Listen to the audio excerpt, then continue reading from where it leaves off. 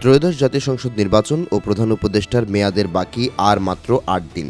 এর মধ্যেই সেনাপ্রধান জেনারেল ওয়াকারুজ্জামানের সঙ্গে দ্বন্দ্বে জড়ালেন ডক্টর মোহাম্মদ ইউনূস।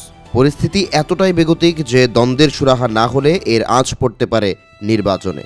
সম্প্রতি নর্থ ইস্ট নিউজের প্রতিবেদনে উঠে এসেছে এই তথ্য। প্রতিবেদনে উল্লেখ করা হয়, এই দ্বন্দ্বের মূল কারণ সেনাবাহিনীর chief of the general staff বা সিজিএস এর শূন্য পদ পূরণ। গেল 17 জানুয়ারি lieutenant general Mizanur Rahman Shamim LPR যাবার পর পদটি শূন্য হয়। এরপর থেকে পরবর্তী সিজিএস নিয়োগ নিয়ে ডক্টর ইউনূস ও জেনারেল ওয়াকারের মধ্যে মতবিরোধ তুঙ্গে। বাংলাদেশ সেনাবাহিনীতে সিজিএস পদটি অত্যন্ত গুরুত্বপূর্ণ ও প্রভাবশালী একটি অবস্থান। এটি সেনাবাহিনীতে দ্বিতীয় সর্বোচ্চ পদমর্যাদা হিসেবে বিবেচিত হয়। পাশাপাশি দায়িত্বপ্রাপ্ত ব্যক্তি সরাসরি চিফ অফ আর্মি স্টাফ বা সেনাপ্রধানকে সহায়তা করেন।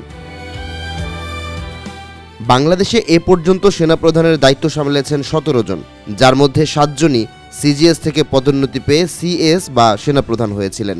বিশ্বস্ত সূত্রের বরাতে নর্থ ইস্ট নিউজ বলছে, লেফটেন্যান্ট জেনারেল মইনুর রহমানকে সিজিএস পদে নিয়ে আসতে চাচ্ছেন সেনাপ্রধান। তবে প্রধান উপদেষ্টা ও জাতীয় নিরাপত্তা উপদেষ্টা সমর্থন দিচ্ছেন মেজর জেনারেল মীর মুশফিকুর রহমানকে।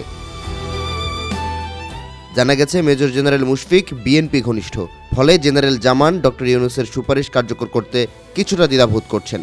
জানুয়ারিতেই লেবাননে নিযুক্ত বাংলাদেশের রাষ্ট্রদূত মেজর জেনারেল জুবায়ের সালেহিনকে এই পদে আনার উদ্যোগ নেওয়া হয়। তবে তিনি সরাসরি এলপিআরে যাবার সিদ্ধান্ত নেয় সেনাপ্রধানের পরিকল্পনা বাতিল করতে হয়।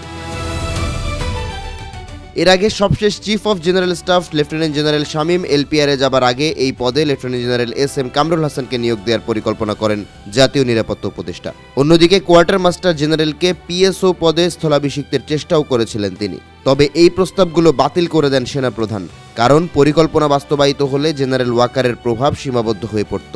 প্রতিবেদনে উল্লেখ করা হয়, স্বাভাবিক নিয়মে 2027 সালের জুন মাস পর্যন্ত ক্ষমতায় থাকবেন জেনারেল ওয়াকার। অর্থাৎ বিএনপি কিংবা জামাতে ইসলামী যে দল ক্ষমতায় আসুক না কেন, তাদের অধীনে কাজ করতে হবে সেনাপ্রধানকে। তাই আগামী 16 মাস পাকিস্তানপন্থী কোনো অংশ যাতে সেনাবাহিনীতে শক্তিশালী হয়ে উঠতে না পারে তা নিশ্চিত করতে চেষ্টা করে যাচ্ছেন জেনারেল ওয়াকার।